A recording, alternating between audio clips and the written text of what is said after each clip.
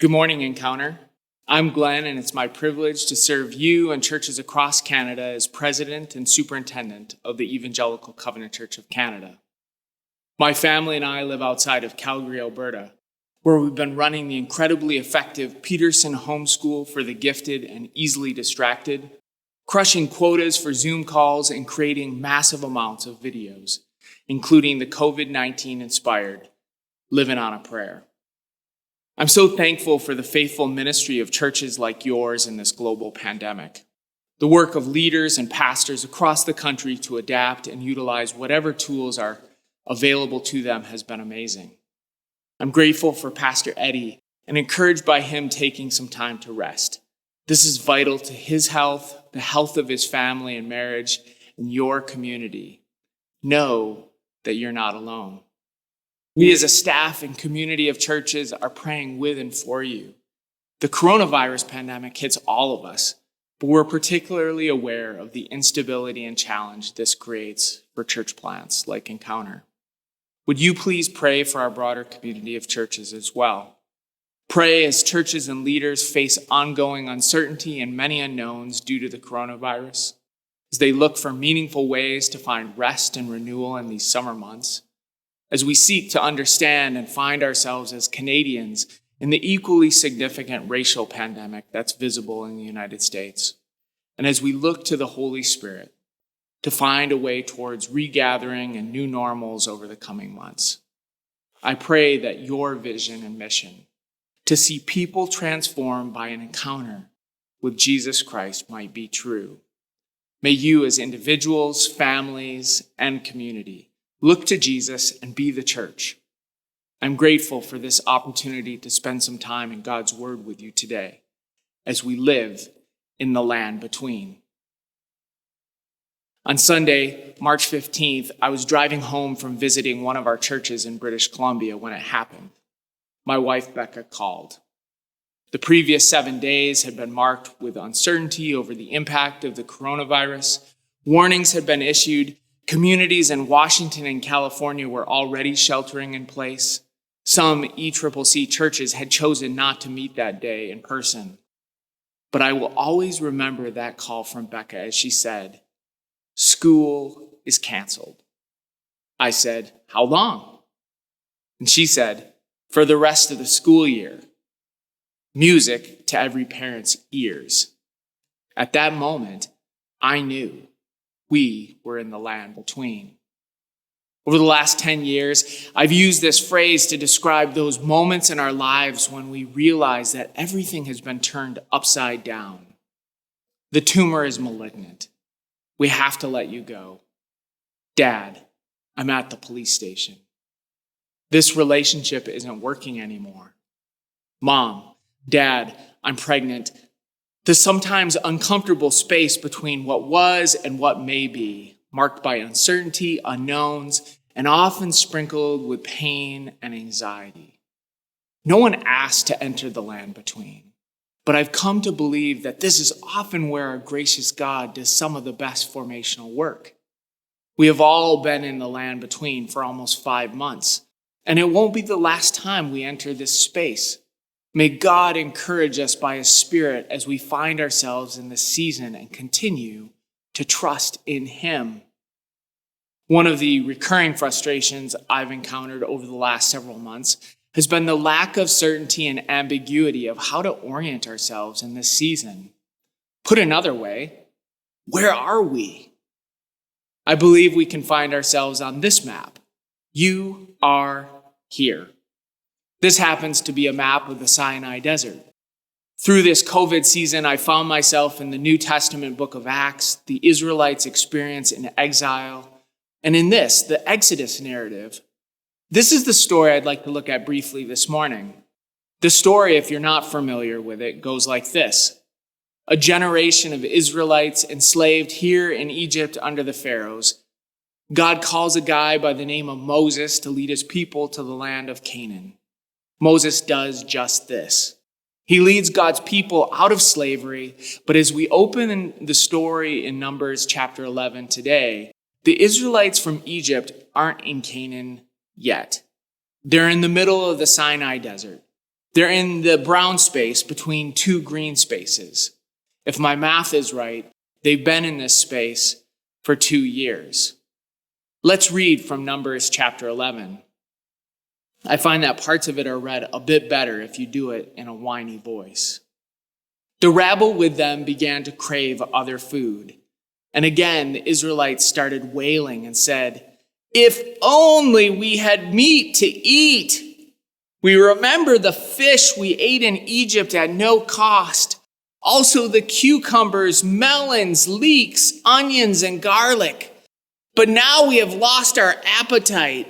We never see anything but this manna." You'd think that in the desert, nothing much would grow. But the land between is fertile ground. It's fertile ground for complaint. I mean, how could they respond this way? God delivered them out of slavery. We read in Exodus that God faithfully led them through uncertainty with a cloud by day and a pillar of fire by night. It may have been a bit nondescript, but God consistently provided nourishment for his people through daily manna. Literally, what is it? I mean, how could the same thing over and over and over again, as long as it wasn't slavery, get old? You can almost hear Bubba and Forrest Gump talking about all the different ways you can cook shrimp. You know, sauteed manna, deep fried manna, manna with a little Frank's hot sauce. I'm sure that every day began to taste and smell like every other day. I wonder, where does your voice join the Israelite choir? Is this ringing any bells for any of you? The voice of complaint that the Israelites lifted in the desert is basically the voice that says, "I'm sick of this. I'm sick of this." I created a little list of things that you might be sick of in the midst of Corona days. I'm sick of taking all my classes online. I'm sick of not being able to hang out with my friends. I'm sick of being stuck at home. I'm sick of feeling like a science experiment when I go into the grocery store. I love my kids, but I'm sick of all the kids being home all the time. Are these resonating with you? What's on your list? Have you spoken any of these or thought them? I'm sick of working at home or trying to work at home. I'm trying to transition into being a homeschool parent. I'm sick of video conferencing. I'm sick of worrying about if I'm going to get called back to work. I'm sick of waiting for the Blue Jays to find a home or for the Leafs to win the Stanley Cup. Wait, that's a whole other sermon. I'm sick of being told to wash my hands. This season has felt like a giant cardio stress test to me. And many of us have come face to face with our resiliency and strength and our brokenness. Some of these complaints might seem like misdemeanors, but when you begin to live with a spirit of complaint, it begins to take hold of your heart. If we read down further in the text, we discover that the Israelites weren't just complaining about the cafeteria food, they were grumbling against God. Numbers chapter 11 is just kind of like we were better off in Egypt. We were better off as slaves. We were better off without you manifesto. And it wasn't their first offense. Exodus 15, 16, 17, some of the Psalms evoke this kind of grumbling. The whole Exodus journey of the Israelites with God might be summed up with this question: will you trust me? The Israelites said no. God had brought life out of death. Do you believe, God says, I can bring something out of nothing? They're stuck in the groove. The very event intended to grow trust is only producing complaint. Friends, this is dangerous space. Whenever you travel through the land between, your heart is at risk. It's incredible space for God to do some of the best work, And it's also an incredible opportunity to lose it. I've heard one person describe the Israelites' Exodus journey this way. It took less than 40 days to get Israel out of Egypt. It would take over 40 years to get Egypt out of Israel. Friends, complaint and trust are incompatible roommates. Something happens. Complaint shows up, unpacks his bags, started a load of laundry. She starts going through your refrigerator. Even as you move its bags to the curb and change the locks, crawls back through the guest room window. Friends, complaint resists eviction. But here's the thing. Trust evicts complaint. Trust and complaint are incompatible roommates. One inevitably pushes the other one out. It wasn't just the Israelites, though. As I read this text and see God's people losing it, I wonder, where's Moses? Where's that, unshakable, faithful, valiant leader? As someone seeking to lead well in a crisis, how's Moses holding up during this time? Let's take the camera off the people of Israel for a minute and turn it towards Moses as he suffers a complete breakdown. The prayer, the words that Moses speaks and offers to God, it's one of the most honest, real, and raw prayers you'll ever see. We read, "Why have you brought this trouble on your servant? What have I done to displease you that you put the burden of all these people on me? Did I conceive all these people? Did I give them birth? Why do you tell me to carry them in my arms as a nurse carries an infant to the land you promised on oath to their ancestors? Where can I get meat for all these people? They keep wailing to me, 'Give us meat to eat.' I cannot carry all these people by myself. The burden is too heavy for me. If this is how you're going to treat me," catch this, "please go ahead and kill me now. If I have found favor in your eyes and do not let me face my own ruin." This guy is so beyond exhaustion. He's spent. He's overdrawn. Not only is the land between fertile ground for complaint, it can also be fertile ground for meltdown. This season of COVID-19 has been a tremendous amplifier for emotional tantrums and meltdowns. It can feel like a giant pile-on. Cracks in a marriage become fissures. Financial strain becomes fault lines. Honest doubt becomes jaded cynicism. Many of you might say, things were great when we went into this season, but they've just deteriorated under the strain. And now you may be saying, this is too heavy. I can't carry this anymore.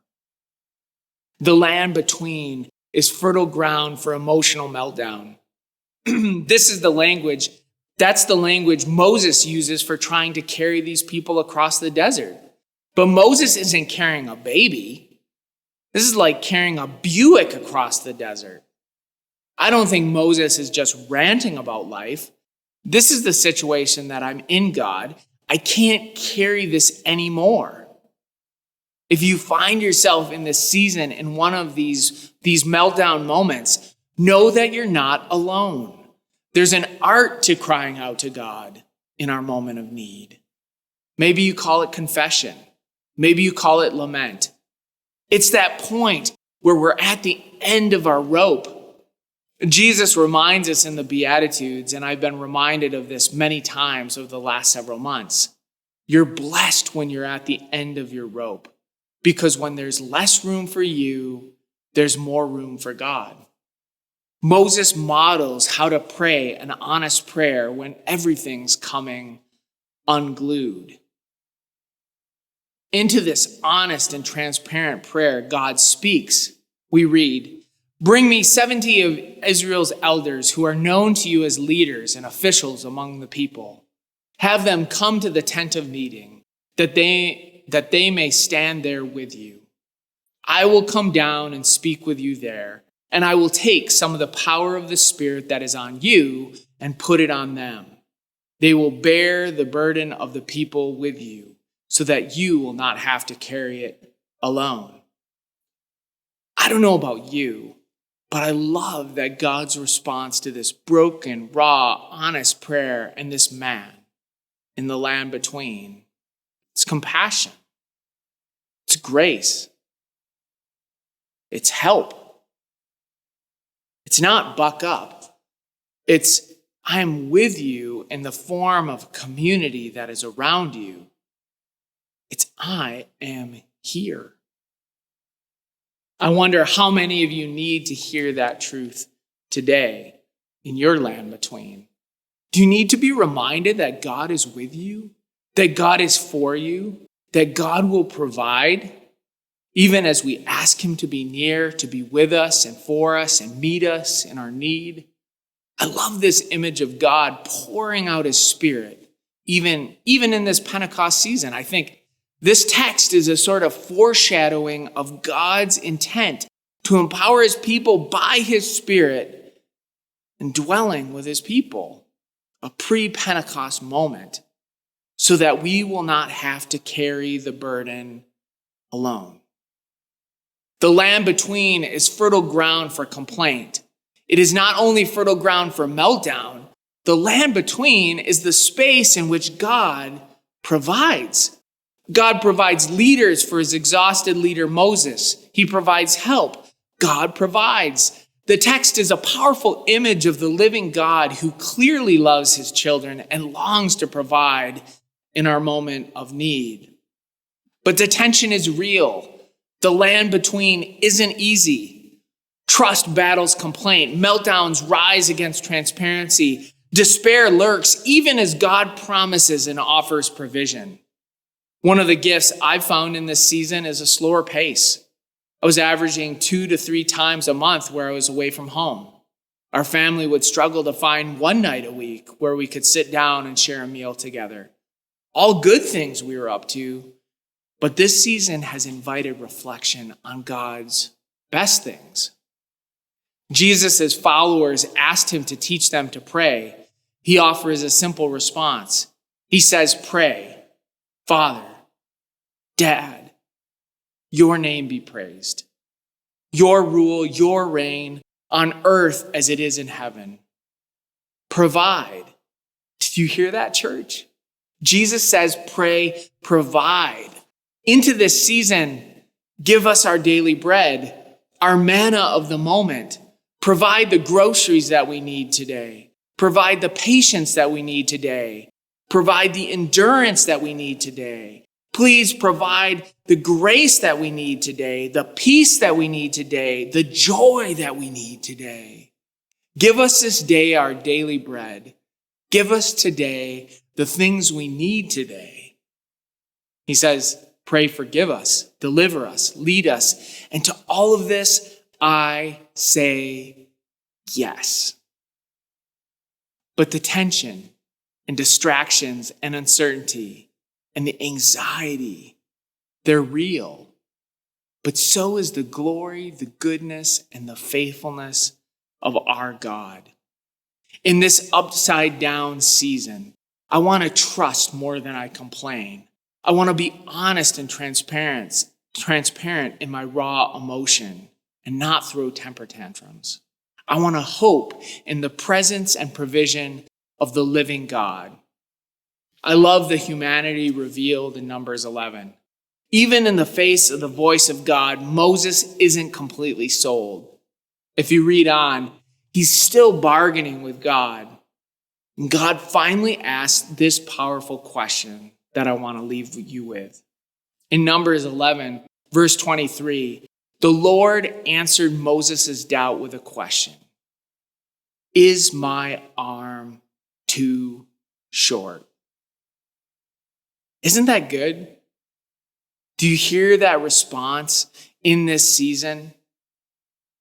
God says, is my arm too short? Is there anything I cannot do?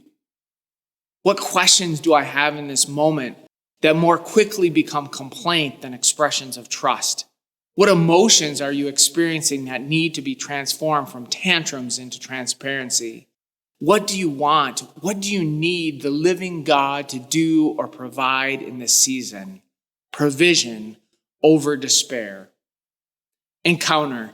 Be reminded this day that our present realities don't dictate the truth of who we are, the hope we have, or what God is able to do. God, will you offer grace in our day? May the barren landscape of trial become fertile soil for new growth. May you revive our spirits and renew our laughter. May we find you, the living God, in our pain and trust you in this season of waiting. May the one who redeems and restores all things meet you powerfully as you journey through the land between. Amen. Strength for today, bright hope for tomorrow. All love. Peace.